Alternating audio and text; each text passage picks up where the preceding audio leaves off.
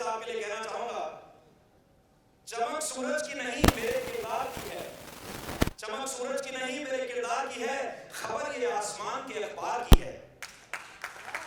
मैं चलूं तो मेरे संग कारवां चले, बात गुरूर की नहीं एतबार की है।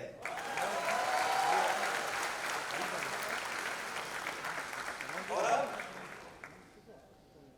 इस मंच पे यहाँ एक ऐसा इंसान बैठा हुआ है जिसे मैं रोज सुबह सुनता हूँ, और आज ये जो मेरा शाराना अंदाज है, कहीं ना कहीं मोटिवेटेड मैं वहीं से हूँ। तो डॉक्टर कुमार विश्वास, मैं सीधा हमारी मातृभाषा हिंदी को पूरे विश्व में सम्मानित दर्जा दिलाने के लिए मैं डॉक्टर कुमार विश्वास का अभिनंदन करता हूँ। आपकी सहज, सरल और अपनी सी लगने वाली मुखर वाणी का ही कमाल है कि आज हम सब के अपने अपने राम हैं। कुमार विश्वास जी, आपका बहुत बहुत स्वागत है और दिल से आपका बेहद शुक्रिया आज यहाँ हमारे बीच आने के लिए। दो शब्द गुस्ताखी कर रहा हूं, उनके लिए भी कुछ बोलने के लिए। कुछ कर गुजरो ऐसा कि पहचान बन जाए, कदम उठे कुछ ऐसे कि निशान बन जाए, अगर उठो तो ऐसे उठो कि फिक्र हो बुलंदी को, और झुको तो ऐसे झुको कि बंदगी भी नाश करे। बहुत बहुत धन्यवाद आज आपका हमारे बीच में आने के लिए। The CSR general excellence awards अपने उम्र के 10वें साल में कदम रख चुका है। इन 10 सालों के अपने सफर को अभी भी मैं अपनी शुरुआत भर मानता हूं। न पूछो मुझसे कि मेरी मंजिल कहां है, अभी तो सफर का इरादा किया है, अभी तो गिरकर उठना, उठकर संभलना और संभल कर चलना ही सीखा है। मुझे लगता है कि यहाँ जितने भी लोग बैठे हुए हैं वो सारे ही केपेबल हैं किसी लड़खड़ाते कदम के लिए वो उंगली बन सके जिसे थाम कर वो अपने पैरों पर खड़ा हो सके, किसी के रास्ते का वो जुगनू बने जो उसके अंधेरे सफर में उसका चमकता सितारा बनकर उसे राह दिखा सके, किसी के लिए वो हमसफर बने जिसके साथ चलकर उसकी मंजिल तक का सफर कुछ आसान हो सके। ये और बात है कि आंधियां हमारे बस में नहीं, मगर चिराग जलाना तो इख्तियार में है। हमारा भारत जिसकी जड़ें परहित सरिस धर्म नहीं भाई से सिंचित हैं, वो भारत जहां वसुधैव कुटुंबकम की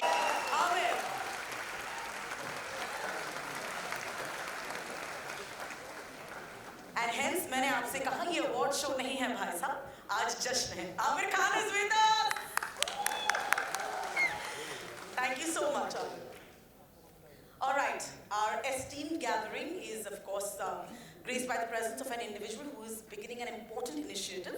I have the honor of welcoming entrepreneur Shri Uttam Dave ji. You can keep those hands going. His commitment extends to preserving cultural roots while propelling India's technological landscape forward, reflecting a harmonious blend.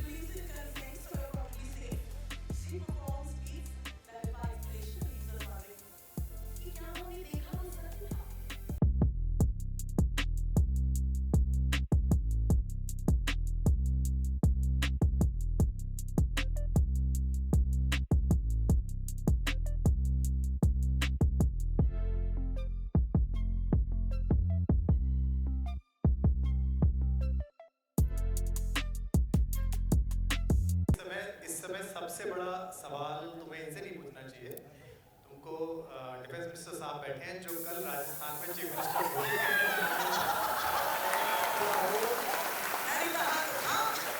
The whole country is looking कि उनकी पर्ची में किसका नाम है। हालांकि मतलब ये शर्म मत देना because we respect him like anything. But अगर कोई सवाल इस समय हिंदुस्तान के 140 करोड़ लोगों के दिमाग में है, वो ये है कि आदरणीय राजनाथ सिंह जी कल जयपुर जाएंगे और शाम को पणजी में वो कौन व्यक्ति होगा जो राजस्थान को 5 साल के लिए संभालेगा। बाकी सलोनी, हिंदुस्तान में 2 ही लोग हैं जो इस समय लोगों का मन पढ़ पा रहे हैं, जिनमें ये दूसरे नंबर पर है, पहले नंबर पे ऑफ कोर्स प्राइम मिनिस्टर हैं, इसलिए इसको बहुत बहुत मन की बात तो वही करते हैं।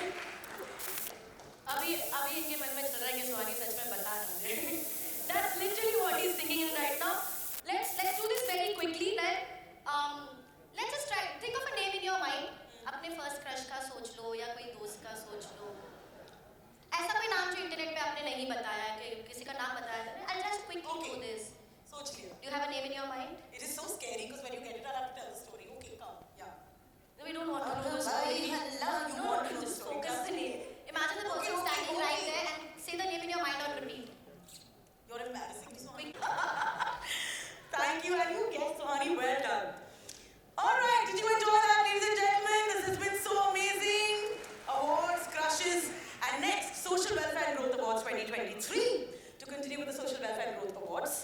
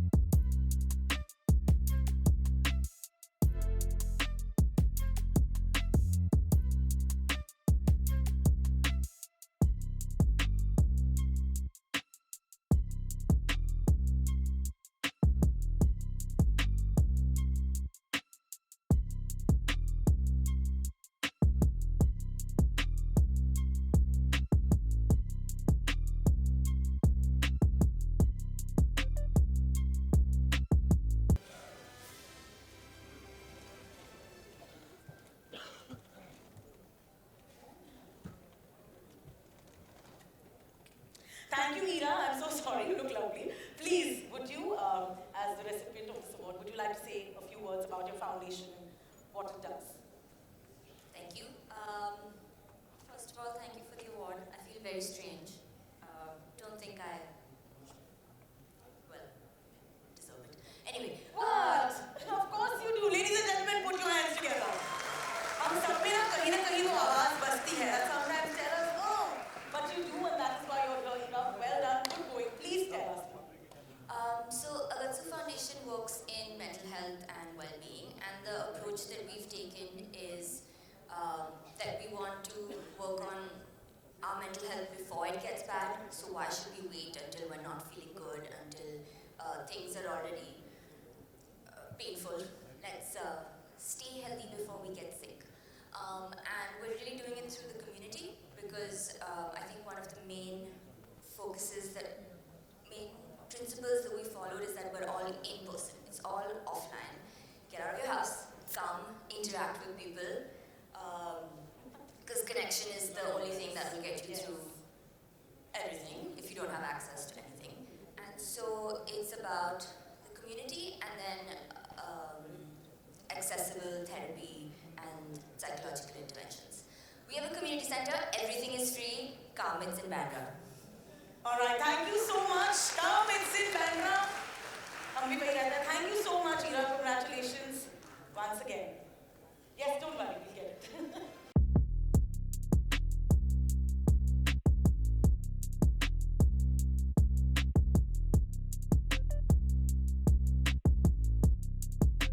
जो यहाँ पर स्टेज पर प्रेजेंट हैं, उनकी आवाज सुने बिना हम आपको आगे जाने ही नहीं दे सकते. Ladies and gentlemen, it's a great honor to present the winner of the CSR Journal Youth Icon Award 2023. आप guess करेंगे? कोई दीवाना कहता है. Ladies and gentlemen, can we please have on stage Kumar Vishwas, Indian.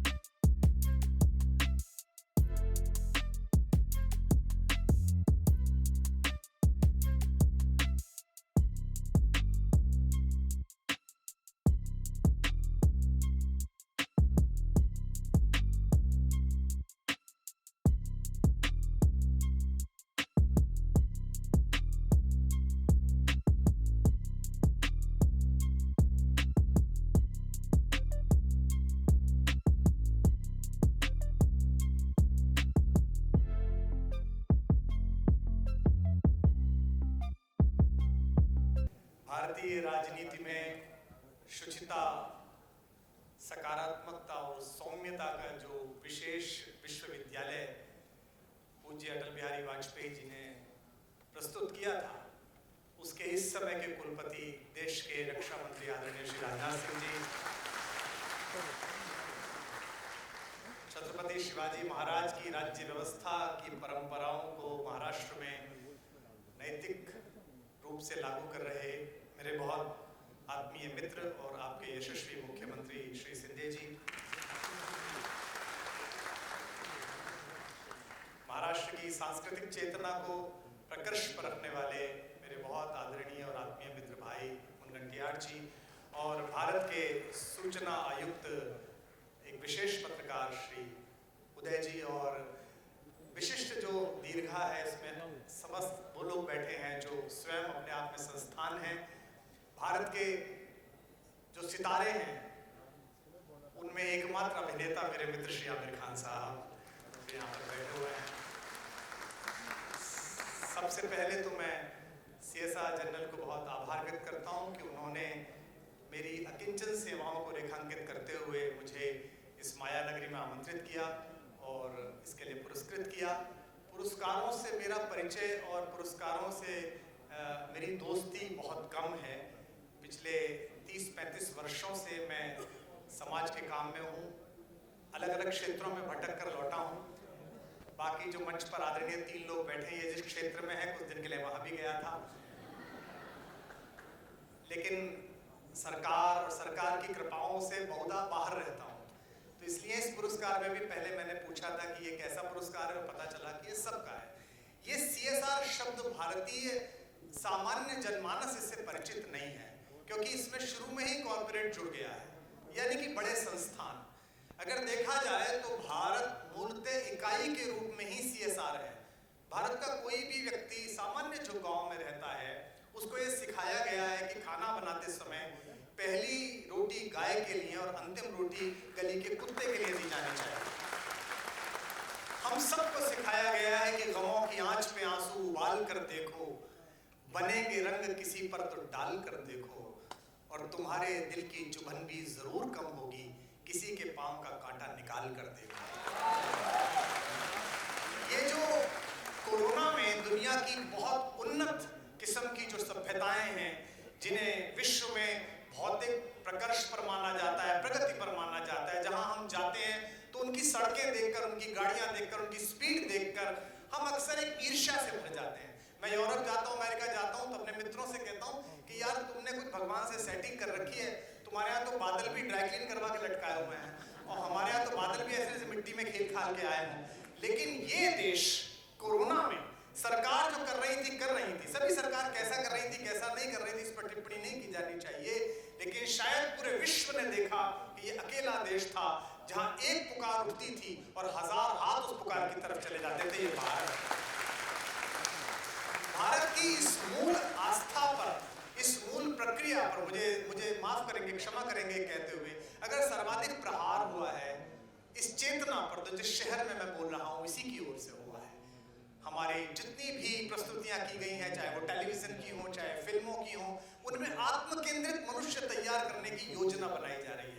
अब ये नियोजित रूप से हो रही है या बिना नियोजन के हो रही है मुझे पता नहीं। इस बीच बीच में ताजा हवा के झोंके भी आते हैं, चाहे वो रानीगंज हो, चाहे लगान से बात शुरू हुई हो, चाहे कहीं से स्वदेश से बात गई हो, कि लोग बाग एक दूसरे का हाथ पकड़ रहे हैं और काम कर रहे हैं। 150 करोड़ का देश, 140 करोड़ का देश, सरकारें केवल नीति बना सकती हैं, उसके भीतर काम करने की नियत और मनुष्यता के साथ जुड़ने की नियत मनुष्य की स्वतः की होनी चाहिए। जैसे हमारे डॉक्टर दंपत्ति दोनों जो बैठे हुए थे, उन्होंने जो बातें की थी, जो पद्मश्री से सम्मानित भी हैं, जितने लड़के लड़कियां यहाँ बैठे हों जो ब्रांड में हैं, जिनको नई नई दुनिया के रेस्टोरेंट पता है, जिनको इंटरनेशनल डेस्टिनेशंस पता है कि वेनिस में कहाँ अच्छा खाना मिलता है, फ्लोरेंस में रेस्टोरेंट कौन सा है, कुछ दिन 5-6 दिन इनके पास बिता कर देखिए और फिर आपको पता चलेगा कि दुनिया का असली सुख यही लोग ले रहे हैं, दुनिया का असली आनंद यही लोग ले रहे हैं।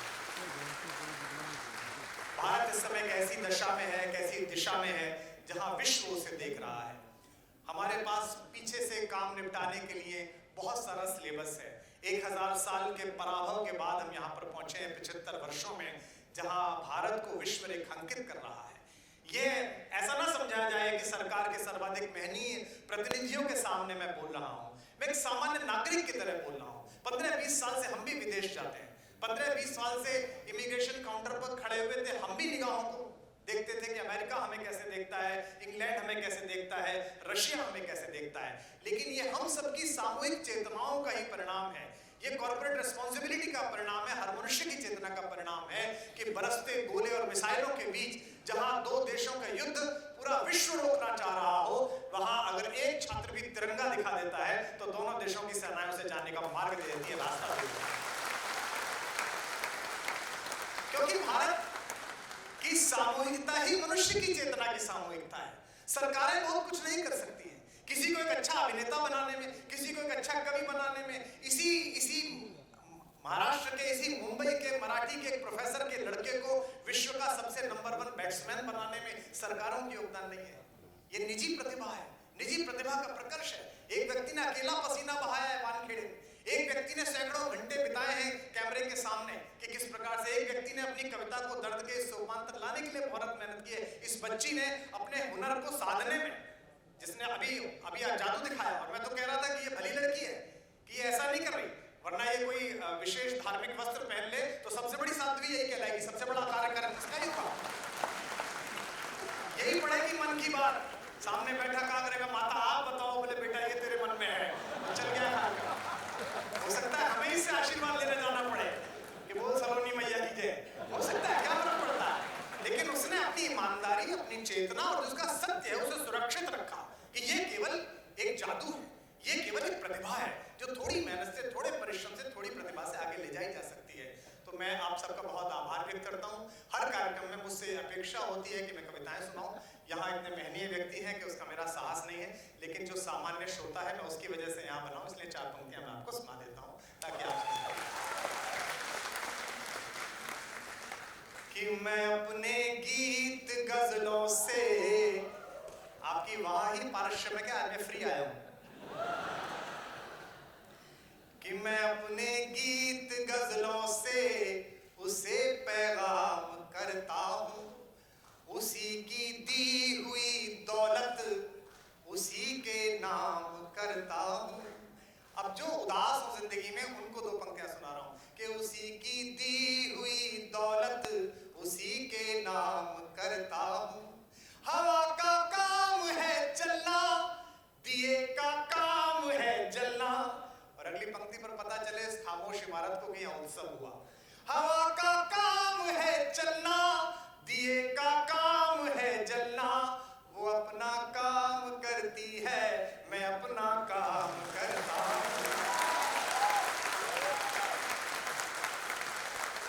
बहुत बहुत धन्यवाद। मैं आशा करता हूँ कि ये देश जिसके 100 वर्ष होने पर विश्व की आध्यात्मिक, विश्व की भौतिक, विश्व की वैज्ञानिक और राजनीतिक शक्ति का सबसे बड़ा उदय ये देश देखने वाला है। ये मेरे आपके सहयोग ना करने से नहीं रुकेगा। ये रथ चल पड़ा है, इसके पहियों में 140 करोड़ लोगों के संकल्पों की गति आ चुकी है। सरकारें थोड़ा अनुकूल हो जाए तो जल्दी पहुंचता है, प्रतिकूल हो जाए तो थोड़ा कम पहुंचता है। संयोग से सरकारें अनुकूल हैं, इसलिए यहाँ बैठे हुए एक एक व्यक्ति का ये संकल्प होना चाहिए कि यहाँ जिनके पास आयु है, जब 100वें वर्ष में लाल किले पर तिरंगा फहराए तो हम सब के हाथ तो जय हिंद में उठे ही हों। विश्व के शेष देशों के नागरिक भी हमारे प्रति आदर के साथ, सम्मान के साथ और स्वाभिमान के साथ जुटे हुए। जय हिंद, जय Bharat.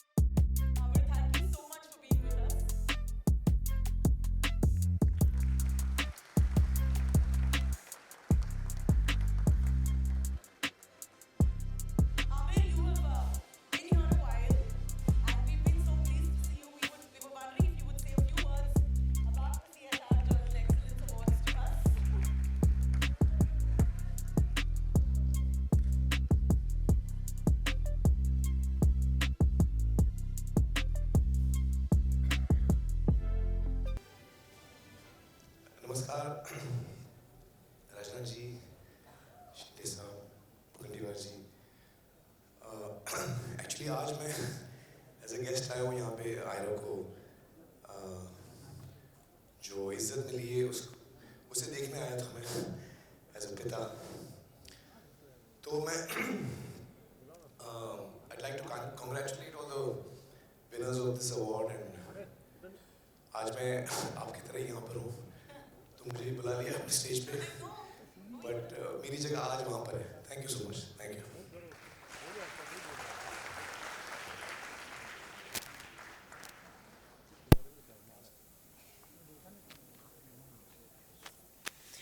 All right, thank you so much, Amir. We do realize that you're, part of the audience today. Thank you so much for being with us. All right, the next award is another special award. It's the Ambassador for Social Impact Award. अब इनके जो recipient हैं, एक young politician है, एक young MP है. He has done so much, a beacon of social impact. Efforts dedicate किए हैं to uplift communities, etc. The only thing that I might say about the man in concern tonight that वो यहाँ पर नहीं है. But then a father can always accept the award for his son because after all he is the father. Ladies and gentlemen, I would like to announce the next award, the Ambassador for Social Impact. It is Dr. Shrikant Shinde.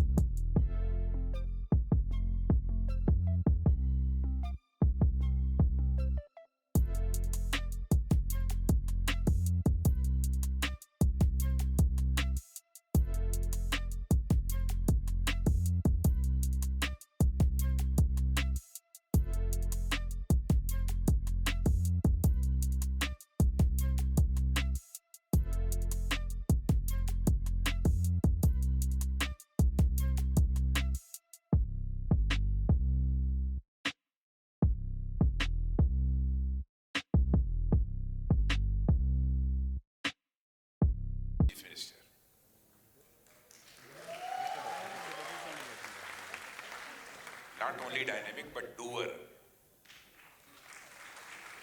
Chief minister श्रीमान एकनाथ जी शिंदे और हमारे government of Maharashtra के senior minister Shri Sudhir Mungantiwar जी, doctor है नहीं यहाँ पर, श्रीकांत शिंदे का नाम लिखा था, हमारे कभी ही नहीं है। मैं मानता हूं जिसे कि ऐसा नौजवान जो कि भारत में नौजवानों की दिल की धड़कन है, ऐसे हमारे Kumar Vishwas, Shri Amit Upadhyay ji, editor in chief the CSR journal, and Shri Uday Mahurkar ji, formal central information commissioner, CSR excellence awards के सारे डिस्टिंग्विश्ड विनर्स, फिल्म्स, स्पोर्ट्स और इंडस्ट्री से आए सारे विशेषज्ञ, मीडिया के प्यारे मित्रों, देवियों और सज्जनों, CSR जर्नल द्वारा आयोजित CSR जनरल एक्सीलेंस अवार्ड के इस एडिशन में आप सबके बीच उपस्थित होकर सचमुच मुझे बेहद खुशी है। कार्यक्रम का यह स्वरूप होगा इसकी मुझे कल्पना नहीं थी, लेकिन आज जिन लोगों को अवार्ड मिला, सारे अवार्डी जितने हैं वो सभी समाज को किसी न किसी तरीके से वो कंट्रीब्यूट करने वाले लोग हैं। इसलिए मैं सारे अवार्डीज को अपनी तरफ से मैं हार्दिक बधाई देता हूँ। यह अवार्ड जिन इंडिविजुअल्स और इंस्टीट्यूशंस को मिल रहा है, मैं उन इंस्टीट्यूशंस को भी अपनी तरफ से कांग्रेचुलेट करता हूँ और मैं ऑर्गेनाइजर को धन्यवाद देता हूँ जो आप सब ने मुझे यहाँ पर अपने बीच आमंत्रित किया है। साथियों, मैंने अभी 10 दिन पहले CSR से रिलेटेड एक प्रोग्राम में मैंने शिरकत की थी और उस प्रोग्राम में मैंने अपने विचारों को रखते हुए कहा था और मैंने मेंशन किया था उसमें कि कारपोरेट सोशल रिस्पांसिबिलिटी यानी CSR किसी प्रकार कारपोरेट के द्वारा लीगली मैंडेटेड टैक्स देने से बिल्कुल अलग है। आप लोग पर्सनल इनकम टैक्स देते हैं, कारपोरेट टैक्स देते हैं, GST देते हैं, अपने वर्कर्स को आप सैलरी देते हैं, अपने शेयर होल्डर्स को आप डिविडेंड देते हैं, साथ ही साथ आप देश की इकोनॉमी को चलाने में बहुत ही इंपॉर्टेंट रोल भी प्ले करते हैं। जब आप सभी अपनी सारी लीगल रिस्पॉन्सिबिलिटी फुलफिल करते ही हैं तो फिर आखिर अलग से सिटीजन और कारपोरेट सोशल रिस्पॉन्सिबिलिटी की क्या जरूरत आ पड़ी। साथियों, ये हमारे राष्ट्र और समाज का सौभाग्य है जिसे आप सब जैसे सोशली कॉन्शियस कारपोरेट्स और सिटीजन्स मिले हैं और समाज में अपनी रिस्पॉन्सिबिलिटी के प्रति आप बिल्कुल नहीं सकते हैं। हालांकि कुछ ऐसे भी लोग होते हैं जो ऐसा सोचते हैं जब हम सरकार को टैक्स देते ही हैं, जब हम एक सिटीजन के तौर पर कानून का पालन करते ही हैं, तो अलग से किसी सोशल रिस्पॉन्सिबिलिटी की क्या ज़रूरत है।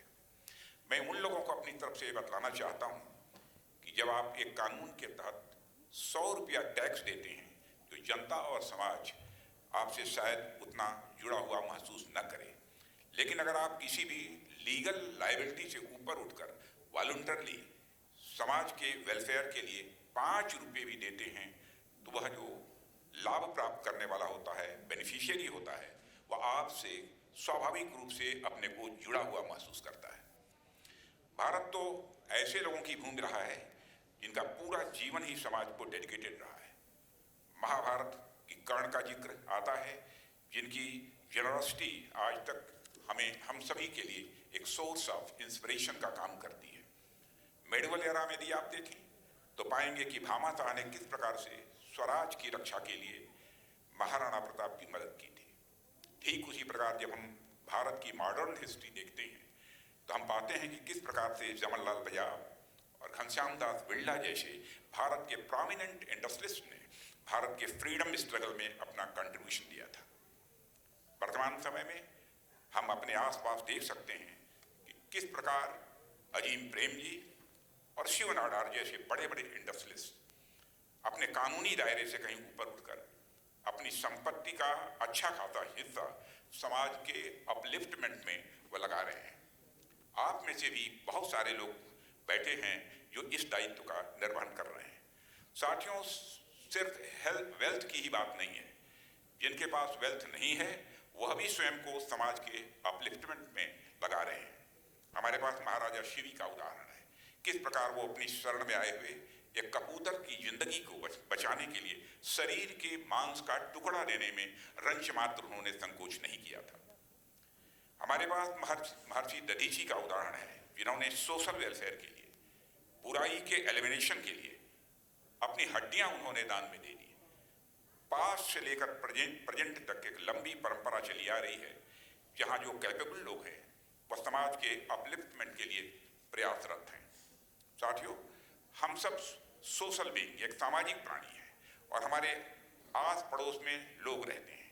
आपने देखा होगा कि जब भी हमारे पड़ोसी के यहाँ कोई प्रॉब्लम होती है, जब भी कोई ऐसी अनफॉर्चुनेट घटना घटित होती है जहाँ उनके ऊपर प्रॉब्लम आती है, तो हमें कोई कानून नहीं कहता कि हम उसकी हेल्प करें।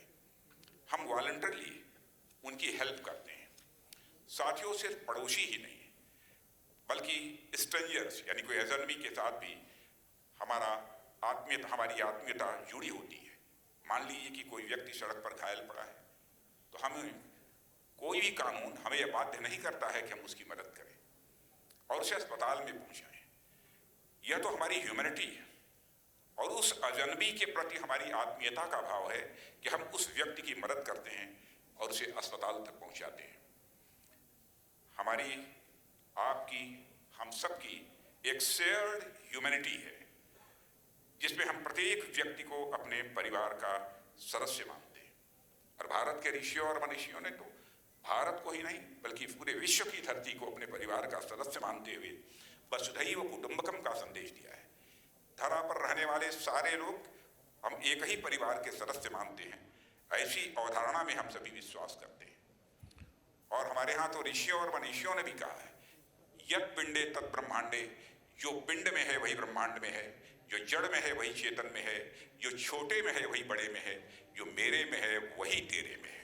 और इसी भाव से लोग अपना कंट्रीब्यूशन करते हैं। हम पूरी दुनिया के प्रत्येक व्यक्ति को इस धरती माँ का पुत्र मानते हैं, इसलिए हमारे अंदर यह भाव रहता है कि हम जितना ज़्यादा हो सके उतना ज़्यादा किसी के लिए कुछ न कुछ करें।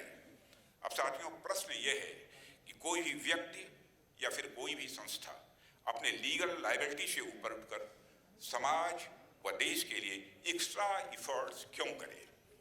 आप में से कई लोग रूरल बैकग्राउंड से भी संबंध रखते होंगे। आपने देखा होगा कि आज से कुछ वर्ष पहले तक जब गांव में शादियां होती थी तो वे शादियां कम्युनिटी इवेंट हुआ करती थी। कोई अपने घर से चारपाई लाता था, कोई अपने घर से फूड ड्रिंक्स लाता था, कोई अपने घर से तेल लाता था। तरह तरह से जिस परिवार में शादी होती थी उस परिवार की वह मदद करते थे, और वह पूरे गांव की वह शादी समझी जाती थी। केवल एक परिवार की शादी वह नहीं रह जाती थी। बिना किसी लीगल लायबिलिटी के सारे काम होते थे, क्योंकि उनके बीच एक भाईचारे, फ्रेटर्निटी का एक भाव था, एक सेंस ऑफ कम्युनिटी थी। इस कारण लोग अपने अपने दायित्व का निर्वहन करते थे। हालांकि कई ऐसे लोग हैं जो इस भाईचारे के भाव वाली बात को एक्सेप्ट नहीं करते हैं। ऐसे लोग हर चीज के पीछे एक प्रैक्टिकल और एम्पिरिकल आर्गुमेंट मांगते हैं। उन्हें ऐसा लगता है कि my money, my time, my benefit. यदि मैं अपना पैसा या समय दूसरों को दे रहा हूं, इसमें मेरा क्या बेनिफिट है, इस नजरिए से देखते हैं। अगर स्वार्थ के पर्सपेक्टिव से देखा जाए, जो कि नहीं देखना चाहिए, लेकिन फिर भी अगर आप बेनिफिट की दृष्टि से भी देखें तो आप देखिए कि मनुष्य के पास दो तरीके के समाज में रहने की पॉसिबिलिटीज है। पहली पॉसिबिलिटी तो यह होती है कि आप एक ऐसे समाज में रह रहे हों जहाँ पर कोई किसी की मदद नहीं करता है।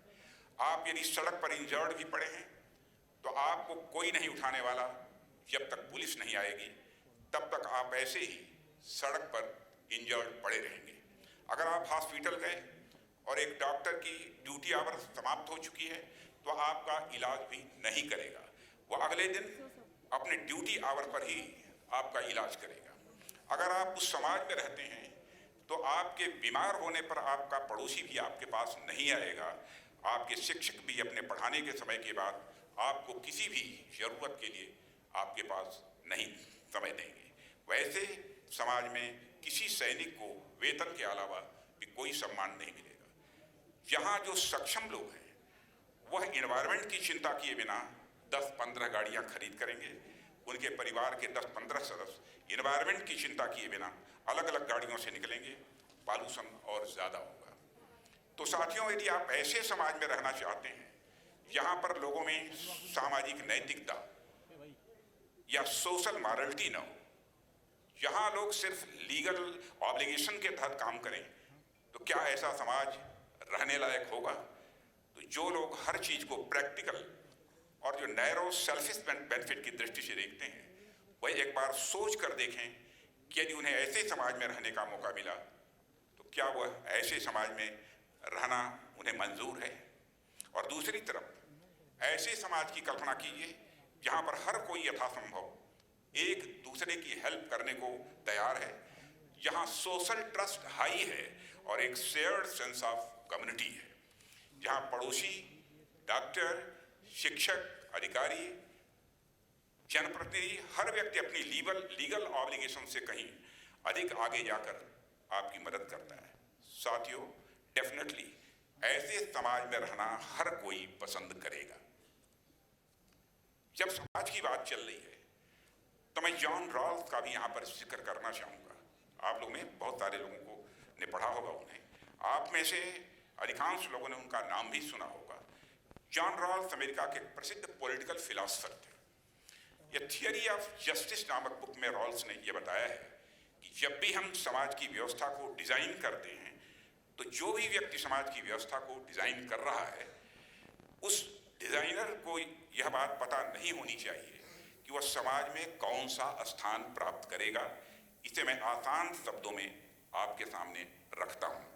मान लीजिए अगर कोई पुजारी है और उसे समाज की व्यवस्था को डिजाइन करने का मौका मिला, यानी उसे पता है कि समाज में उसका स्थान पुजारी का ही होगा, तो शायद वह एक ऐसा समाज डिजाइन करेगा जहाँ पुजारी की स्थिति अपेक्षाकृत ज़्यादा बेहतर होगी। यदि कोई योद्धा है तो उसे समाज को डिजाइन करते समय यह पता है कि समाज में उसका स्थान योद्धा का होगा, तो शायद वह ऐसा समाज डिजाइन करेगा जहाँ योद्धा की स्थिति ज़्यादा अच्छी हो। कोई व्यापारी है तो वह भी अपने को ध्यान में रखते हुए भी इस प्रकार के समाज को डिजाइन करने की अपनी तरफ से कोशिश करेगा। इसीलिए जॉन रॉल्स कहते हैं कि यदि समाज को अच्छे तरीके से डिजाइन करना है तो डिजाइनर को बिल्कुल पता नहीं होना चाहिए कि समाज में उसका क्या स्थान होगा। जॉन रॉल्स ने इसे व्हील ऑफ इग्नोरेंस कहा था, अर्थात सामाजिक व्यवस्था के निर्माण करने वाले व्यक्ति के पास उसकी पर्सनल सर्कमस्टांसेस के प्रति एक पर्दा लगा होना चाहिए, यानी उसे यह नहीं मालूम होना चाहिए कि ऐसे समाज में उसका क्या स्थान होगा। जब समाज निर्माण के लिए साथियों ऐसी व्यवस्था होगी तो सोशल प्लानर समाज के सबसे कमजोर व्यक्ति के हितों को कभी भी पूर्णतया नजरअंदाज नहीं करेगा, क्योंकि ऐसा भी हो सकता है कि सोशल प्लानर खुद समाज के कमजोर वर्ग के हिस्से के रूप में सामने आ जाए। साथियों, रॉल्स का यही सिद्धांत सीधे तौर पर तो नहीं लेकिन किसी न किसी रूप में हमें महात्मा गांधी के अंत्योदय के विचार में भी दिखता है, जहाँ उन्हें समाज के सबसे आखिरी छोर पर खड़े व्यक्ति के अपलिफ्टमेंट के बारे में यहाँ उन्होंने बात की है। ध्यान रहे, हम में से कोई भी किसी समय पर समाज का सबसे कमजोर व्यक्ति हो सकता है। इस जीवन के यथार्थ को हमको नहीं भूलना चाहिए। अब मान लीजिए एक स्थिति की कल्पना करते हैं, यदि दुर्भाग्यवश कोई व्यक्ति सड़क दुर्घटना में सड़क के किनारे घायल पड़ा है, तो उस समय समाज का सबसे कमजोर व्यक्ति यदि कोई है, चाहे कितना भी बड़ा धनाढ्य क्यों न हो, यदि सड़क के किनारे वह घायल पड़ा है, तो मैं समझता हूँ समाज का सबसे कमजोर व्यक्ति वही है। यह कोई मायने नहीं रखता कि उस व्यक्ति के पास कितना पैसा है, वो व्यक्ति कितना शक्तिशाली है, वह किस पद पर है। उस समय यही मायने रखता है कि उस व्यक्ति को with in an hour hospital नहीं पहुंचाया गया तो उसके प्राण जा सकते हैं। उस समय ऐसा भी हो सकता है कि एक ऐसा व्यक्ति आए जो आपसे पैसे, पद और शक्ति के मामले में बहुत कम हो, लेकिन वह आपकी मदद करके आपका जीवन बचा ले। इसलिए साथियों, यदि रॉल्स के सामाजिक न्याय के सिद्धांत, सोशल जस्टिस के सिद्धांत पर हम बात करेंगे तो हम निश्चित रूप से एक ऐसे समाज का निर्माण करना चाहेंगे जहाँ पर सोशल हार्मनी हो, जहाँ प्रेम हो, जहाँ के लोगों में फ्रेटर्निटी का भाव हो। साथियों, यही भाईचारे का भाव जब ऊपर से रिस कर नीचे पहुँचता है, यह बहुत ही अद्भुत लगता है। जैसे जब कोई शक्तिशाली व्यक्ति समाज के कमजोर व्यक्ति की मदद करता है तो मानवता पर विश्वास स्वाभाविक रूप से और अधिक बढ़ जाता है। हालांकि ऐसा बिल्कुल नहीं है कि मुझे आप लोगों की सोशल रिस्पॉन्सिबिलिटी के ऊपर कुछ बताने की जरूरत थी। आप लोग बहुत पहले से समाज के अपलिफ्टमेंट के लिए, राष्ट्र के विकास के लिए अपने लीगल ऑब्लिगेशन से भी ऊपर उठकर समाज के लिए कंट्रीब्यूशन आप देते आ रहे हैं। और साथियों, यहाँ अब कुछ बातें विशेष रूप से कॉर्पोरेट सोशल रिस्पॉन्सिबिलिटी यानी CSR के ऊपर भी मैं करना चाहूँगा। मान लीजिए किसी व्यक्ति ने साइकिल रिपेयरिंग का एक छोटा सा बिजनेस खोल रखा है। अब जब उसका बिजनेस अच्छा चलने लगेगा तो अपनी दुकान को बढ़ाता गया, 2 दुकान, 3 दुकान, 10, 1500 और बाद में उसने एक पूरी रिपेयरिंग की एक चेन ही शुरू कर दी और उसका टर्नओवर लगभग 100 करोड़, 200 करोड़, 500 करोड़ तक पहुंच गया। अब यदि वह व्यक्ति अपनी संपत्ति में से 10 या 15 करोड़ वह समाज को देना चाहता हो, इन्वायरमेंट प्रोटेक्शन के लिए यदि वह देना चाहता हो, लेबर वेलफेयर के लिए यदि वह देना चाहता हो, कैंसर रिसर्च में लगाना चाहता हो, देश के शहीदों की परिवारों की मदद करना चाहता हो, यह सब काम वो कैसे करेगा? एक तरीका तो यह है कि वह व्यक्ति खुद ही बैठकर CSR के सारे क्लासेस को पढ़े, लोगों से मिले, लोगों से बात करे, जो कि एक बिजनेसमैन के लिए बहुत ही, मैं समझता हूं कि बहुत मुश्किल काम होता है। क्योंकि आप सब भी जानते हैं कि जब आप किसी बिजनेस में जाते हैं तो आपका एक एक मिनट कितना कीमती होता है। आपके पास यह सब सारी चीजें करने का समय भी नहीं होता है। इसलिए निश्चित रूप से हमें ऐसे प्लेटफॉर्म चाहिए, ऐसे पब्लिकेशन चाहिए जो इस तरह की जानकारी को पब्लिक के सामने लाए कि किस प्रकार के इंटरवेंशन से समाज का फायदा हो रहा है तथा किस प्रकार के इंटरवेंशन से समाज को कोई लाभ नहीं हो रहा है, और जो फंडिंग आ रही है वो फंडिंग किस प्रकार से यूज हो रही है। इस तरह की कंप्लाइड इंफॉर्मेशन हमें लगातार अपडेटेड रूप में मिलती रहनी चाहिए।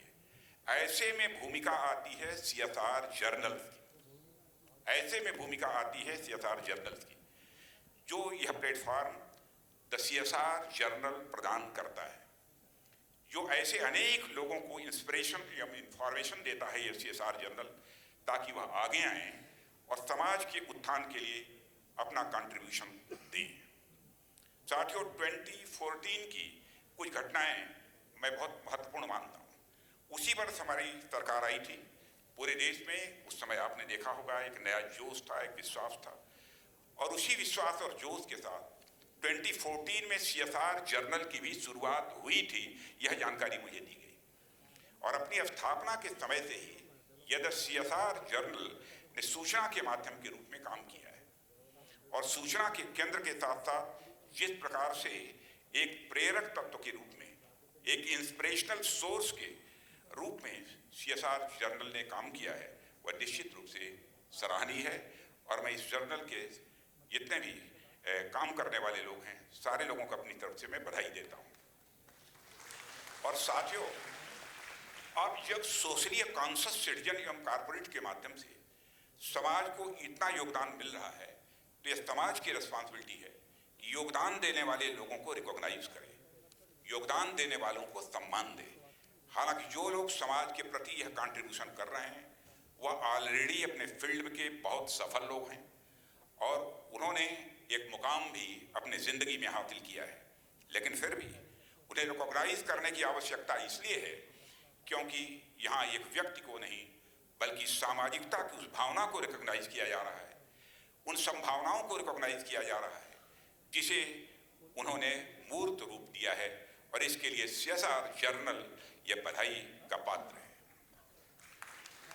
साथियों, CSR जर्नल पब्लिकेशन अपने क्षेत्र के सबसे प्राइम पब्लिकेशंस में से एक है, और हम सब जानते हैं कि बहुत अच्छा काम भी यह जर्नल कर रहा है। फिर भी मैं अपनी तरफ से कुछ सजेशंस CSR जर्नल्स के लिए मैं देना चाहता हूँ। पहला सुझाव हमारा यहाँ पर यह है कि प्रेजेंट सिटीजन्स जो कि प्रेजेंट यहाँ पर सिटीजन्स हैं, कॉर्पोरेट्स हैं, उनके लिए, चाहे सरकार हो या आप सब, हमारा मूल उद्देश्य एक बेहतर समाज की स्थापना है। अतः यह उचित प्रतीत होता है कि आपके सोशल रेस्पॉन्सिबिलिटी इंटरवेंशंस और गवर्नमेंट प्रोग्राम्स की सिनर्जी का लाभ उठाने के लिए कन्वर्जेंस पर ध्यान दिया जाए। द CSR जर्नल इस पर फोकस कर सकता है, ऐसा मेरा मानना है। दूसरा सुझाव है कि आप सभी जो सामाजिक कार्य करने वाले या फिर CSR जर्नल पढ़ने वाले लोग हैं, यहाँ पर वैल्यू ऑफ मनी को समझने वाले लोग हैं, biggest bang for the buck, इसे आप सब खूब अच्छी तरह समझते हैं। यही सिद्धांत हमें परमार्थ में भी अपनाना होगा। अर्थात हम यदि कॉर्पोरेट सेक्टर के लिए CSR कर रहे हैं, अर्थात हम यदि कॉर्पोरेट सेक्टर के लोग CSR कर रहे हैं, तो जिस प्रकार से हम अपनी कंपनी के लिए इफेक्टिव रिसोर्स यूटिलाइजेशन की बात करते हैं, उसी प्रकार से हमें अपने सोशल रेस्पॉन्सिबिलिटी इंटरवेंशंस की इफिशियंसी पर भी ध्यान देना होगा। CSR journal post intervention outcome audit पर और ध्यान देकर इसमें अपना योगदान दे सकता है, ऐसा मेरा मानना है। तीसरा, मैं आपका ध्यान दिलाना चाहूँगा ग्लोबल सिनेरियो क्या है, इस पर भी आप विचार करें, यह मेरा आपसे आग्रह है। हालांकि आपका ध्यान भारतीय CSR सिनेरियो पर केंद्रित रहेगा, लेकिन ग्लोबली यदि कोई बेस्ट प्रैक्टिसेस हैं तो उसे भी आप सभी स्वीकार करने में बिल्कुल संकोच न करें, यह मेरा आग्रह है। हालांकि ऐसा भी हो सकता है कि आप मेरे इन सुझावों पर ऑलरेडी काम कर रहे हो, लेकिन यदि काम कर भी रहे हैं तो इन पर और अधिक ध्यान दें, ऐसा मेरा आग्रह है। साथियों, अंत में एक और बात मैं आपसे करना चाहूँगा। कई बार ऐसा होता है कि समाज को डिवाइड करने वाले कुछ लोग होते हैं, उनका काम ही होता है कि वह समाज के एक वर्ग को दूसरे वर्ग के विरुद्ध संघर्ष के रास्ते पर वह ले जाए। उनकी यह कोशिश रहती है। क्लास स्ट्रगल उनके शब्दकोश में बहुत ही प्रोमिनेंट होता है।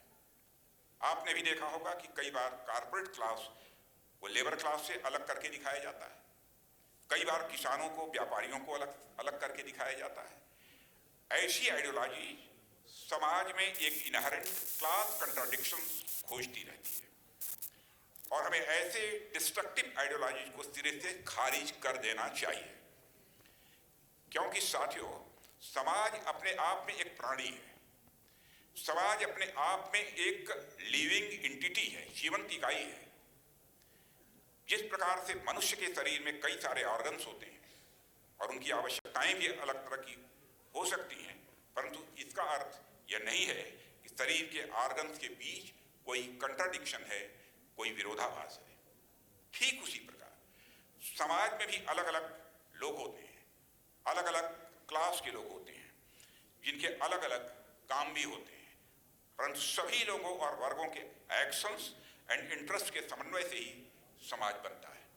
इसलिए इन्हें विरोधाभास के रूप में नहीं देखा जाना चाहिए, यह मेरी मान्यता है। और जो व्यक्ति या संस्था जहां भी है, जिस भी स्थिति में है, यथासंभव समाज के उत्थान में वह जो भी कंट्रीब्यूशन दे सकता है उसे देना चाहिए।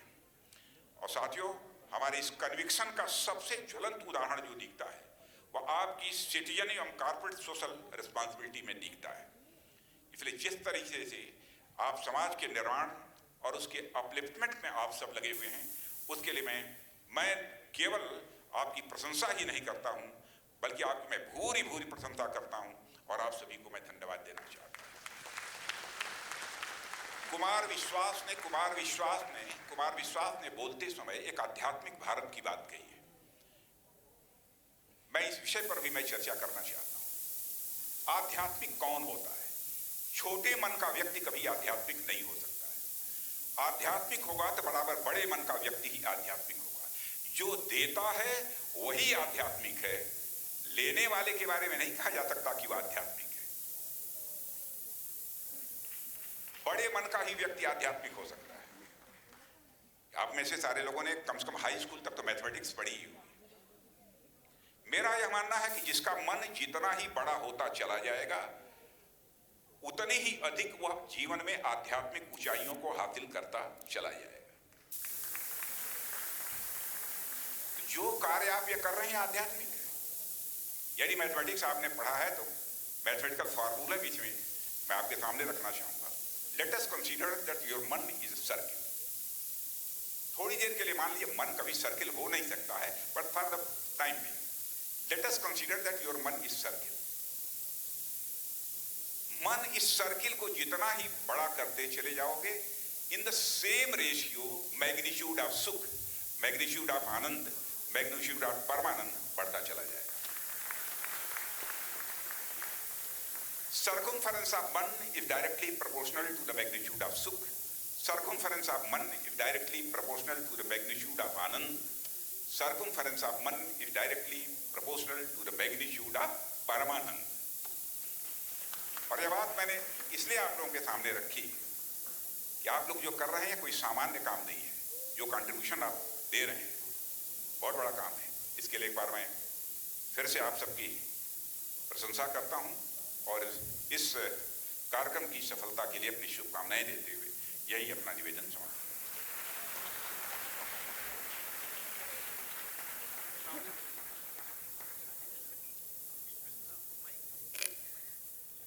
रक्षा मंत्री जी, आपका बहुत बहुत शुक्रिया आपके प्रोत्साहन भरे शब्दों के लिए, आपकी उपस्थिति के लिए। इससे पहले कि हम शपथ लें, जो एक बहुत ज़रूरी हिस्सा होता है इस रात का, we're about to take an oath, ladies and gentlemen. Can we quickly call on stage to felicitate her? These beautiful gifts that you've seen today. So thank Queen's Arte. Can we please have you on stage to be felicitated by our dignitaries? Ladies and gentlemen,